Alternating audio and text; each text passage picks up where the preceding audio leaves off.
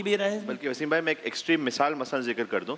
فرض کیجئے کہ ایک اسپیسیفک کیس آ گیا کہ جس کا زندہ رہنا یا اس کی تکلیف سے شدید ترین تکلیف سے باہر نکلنا میرے اس وقت بلڈ دینے ہی پر موقوف ہے. ہاں ٹھیک ہے، اگر ایسا کوئی کیس ہے. اگر فرض کیجئے ایسا کیس آ گیا اور بلڈ دینے کے بعد مجھے یہ معلوم ہے کہ مجھے اتنی زیادہ نقاہت ہو جائے گی کہ شاید روزہ کھولنا پڑ جائے گا، تب بھی مجھ پر واجب ہے جان کو بچانا. اچھا، چونکہ اب یہ جان بچانے کا اگر معاملہ ایک ہے ان دس کیس. بالکل، کیونکہ اسپیسیفک ایک ایسا کیس آ گیا ہے کہ اس کیس کی جو زندگی، اس مریض کی زندگی جو ہے وہ اللہ سبحانہ وتعالیٰ نے مجھے توفیق دی ہے کہ اگر بلڈ دوں گا تو یہ انشاءاللہ اللہ کے حکم سے زندہ رہے گا.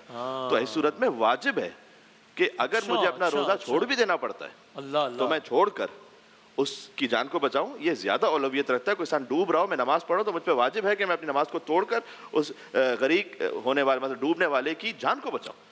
وہ نماز جو شدید بیماری کے عالم میں بھی جس کی چھوٹ نہیں ہے. انسانی جان سے بڑھ کر شریعت میں کچھ ہے ہی نہیں.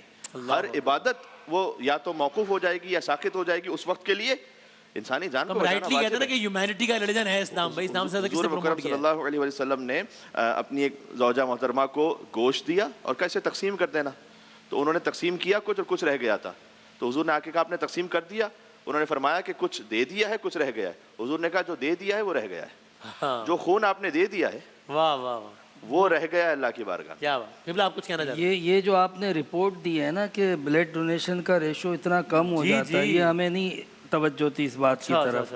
واقعی ایسا ہوتا ہوگا کیونکہ رمضان میں لوگ تھوڑا سا احتیاط یا اوائڈ کرتے ہوں گے، لیکن اس کا اتنا بڑا ایفیکٹ ان کو تو ہمہ وقت ضرورت پڑتی ہے. اور خون دینا، کسی کی جان بچانا ان شرائط کے ساتھ، یہ تو انسانیت کی خدمت ہے.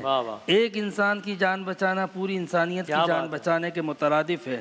تو اس لیے ہر آدمی کا یہ مسئلہ نہیں ہے کہ وہ خون دے گا تو کمزور پڑ جائے گا، اتنا بھی نہیں ہوتا مسئلہ.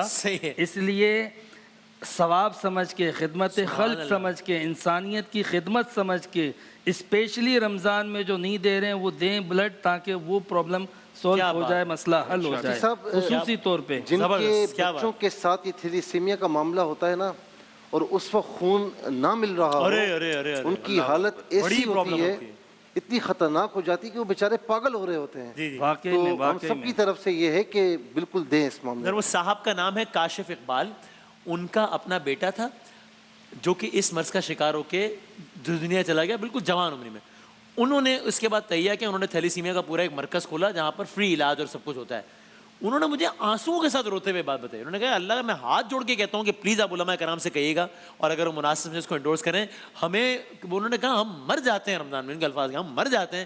یعنی انہوں نے کہا کہ رحمتوں کا مہینہ ہے، ہمیں اس کے آنے سے پہلے ہم وہ آتے ہیں کہ ارے کیا کریں گے. اتنا سیریس کرائسس. میں نام لے کے اس لیے بتا رہا ہوں تاکہ سند رہے. ہماری شریعت ہے، اس کے جو بنیادی مقاصد ہیں، مقاصد خمسہ کہلاتے ہیں، ان میں سے پہلا مقصد ہی حفظ نفس ہے. نفس کی حفاظت، جان کی حفاظت، اپنی جان کی حفاظت اور غیر کی جان کی حفاظت بھی. یہ تو شریعت کے بنیادی مقاصد میں سے ایک مقصد ہے. جو آپ نے بات کی نا ہیومینٹی کی، تو دین تو ہمارا آغاز ہی اس کا ہیومینٹی سے. کیا بات. وہ جو فتویٰ تھا نا کراہت والا کہ نقاہت ہو تو کراہت ہے، وہ عام حالت میں اس سچویشن میں اب کراہت ختم ہو جائے گی اور افضلیت اور لازمیت اور فرضیت کی طرف چلے جائیں گے کہ کرنا چاہیے. سبحان اللہ، کیا بات.